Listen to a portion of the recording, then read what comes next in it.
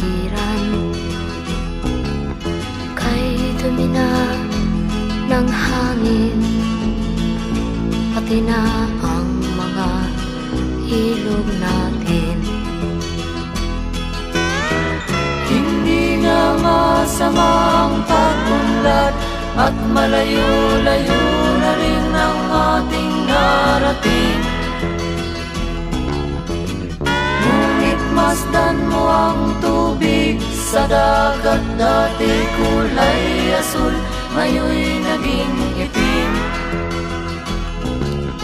Ang mga duming ating ikinalat sa hangin, sa langit huwag na nating paabutin,